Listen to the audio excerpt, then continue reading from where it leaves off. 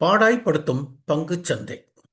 பங்குச்சந்தை கடந்த ஒரு சில நாட்களாகவே இந்த 23,750 டு 24,700 இந்த 1000 பாயிண்ட் ரேஞ்ச் பவுண்டில் தான் உங்களுக்கு வர்த்தகம் ஆகிட்டு இருக்கு.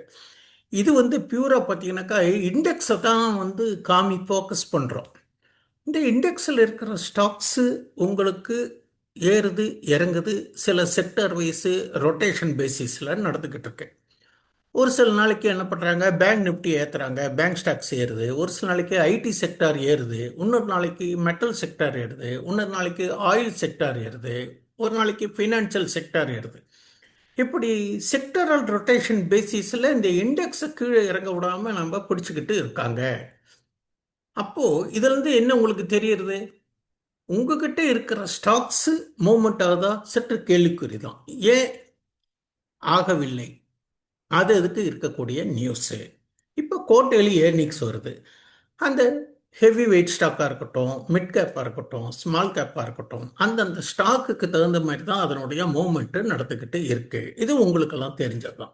அப்போ உங்கள் கையில் இருக்கிற ஸ்டாக்ஸ் ஏறினால், பையட் லோவில் வாங்கியிருந்தால், உங்களுக்கு ப்ராஃபிட்டாக இருந்தால் நீங்கள் ப்ராஃபிட் புக் பண்ணுறதுக்கு வாய்ப்புகள் இருக்குது.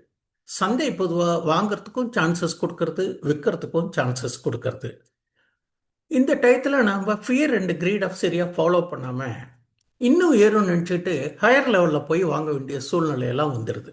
அப்போ ஹையர் லெவலில் வாங்குற போது ஒன்றா சில பேர் என்ன சொல்லுவாங்க, டபுள் டாப் பிரேக் அவுட் ஆகும். அந்த டயத்தில் அது ஃபால்ஸ் பிரேக் அவுட் ஆகி கீழே வந்துடுது. அப்போ அதுக்கு காரணம் நீங்கள் செய்யக்கூடிய தவறுகள் என்ன? ரீட்டைல் ட்ரேடர்ஸு ஸ்டாப் லாஸ் போடாதது. ஸ்டாப் லாஸ் போட்டால் சிறு நஷ்டத்தை விரும்புவது இல்லை. பெரிய நஷ்டம் ஆச்சுனாக்கா நான் வாங்கினா இறங்குது, பங்குச்சந்தை என்னை ஏமாற்றுகிறது, இப்படி சொல்கிறோம். சரி, ஏறினா லாபம் பண்ணுறீங்களா? அதையும் தான் பண்ணுறது இல்லை. ஏறினா என்ன பண்ணுறது? நமக்கு கிடைச்ச ஒன்றா அந்த பார்ட்லி ப்ராஃபிட்டை புக் பண்ணணும், இல்லைன்னா என்டையராக அதை க்ளோஸ் பண்ணிவிட்டு ப்ராஃபிட்டோட வெளியில் வரணும். அந்த இடத்துல கிரீடு நமக்கு என்ன சொல்லுது? இன்னும் ஏறும். யாராவது யூடியூப்பில் அல்லது நியூஸ் சேனல்ஸில் சொல்லுவாங்க. அது அவங்களுடைய கருத்து. உங்கள் பணத்துக்கு நீங்கள் தான் பாஸ். நீங்கள் தான் முடிவு எடுக்கணும், நீங்கள் தான் அனலைஸ் பண்ணணும். உங்களுக்கு சந்தோகம் ஆலோசனை வேணும்னா உங்களுடைய ஃபினான்ஷியல் அட்வைசரை கேட்டுட்டோ அல்லது செபி ரிஜிஸ்டர்ட் அட்வைசர் அனலிஸ்ட்டை கேட்டுட்டு நீங்கள் முடிவு பண்ணுறது தான் உங்களுடைய கேபிட்டல் எரோஷனை தவிர்க்கிறதுக்கான ஒரு வாய்ப்புகள்.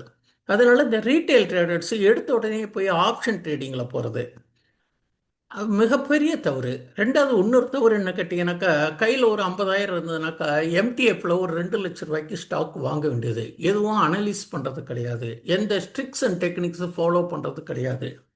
உங்களுக்குன்னு ஒரு ஸ்ட்ராட்டஜி வைக்காத நீங்கள் பண்ணுற போது அது எதிர்மறையாக நடக்கிற போது ஒரு கேபிட்டல் ட்ராஜடிக்கு தான் வாய்ப்பே தவிர உங்கள் ஸ்ட்ராட்டஜி ஒர்க் அவுட் ஆகிறது இல்லை. ஸ்ட்ராட்டஜியும் கரெக்டாக இருக்கணும், உங்கள் என்ட்ரி எக்ஸிட்டு கரெக்டாக இருக்கணும், ரிஸ்க் ரிவார்டு 1:2 வைக்கணும்.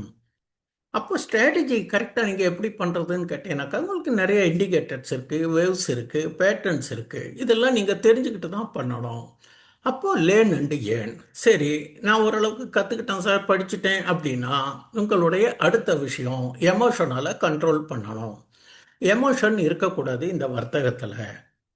இந்த மாதிரியான தவறுகளால தான் பிகினர்ஸோ அல்லது ட்ரேடர்ஸோ லூஸ் தேர் மணி. கூடுமான வரையிலையும் தயவு செய்து கொஞ்சம் இறங்கினா, ஒரு 10 ரூபா இறங்கினா ஆவரேஜ் பண்ணுறது, மறுபடியும் 10 ரூபா இறங்கினா ஆவரேஜ் பண்ணுறது. நீங்கள் ஆவரேஜ் பண்ண அது கீழே இறங்கிக்கிட்டு தான் இருக்கும். அப்போது நீங்கள் ஒரு ஸ்டேஜில் சலிச்சு போய் விற்கிற போது என்னாகும், அந்த இடத்துல டிமாண்ட் கிரியேட் ஆகி ரிவர்ஸ் ஆகும். அடாடா நம்ம விற்றா மறுபடியும் ஏறுறான் பாருங்கங்கிற உங்களுக்கு ஒரு எண்ணம் வரும். மார்க்கெட்டை குறை சொல்லக்கூடாது, உங்களுக்கு கற்றுக் கொடுத்தா ஆசிரியரையும் குறை சொல்லக்கூடாது. ஏன் அப்படின்னு கேட்டால், your application is not correct.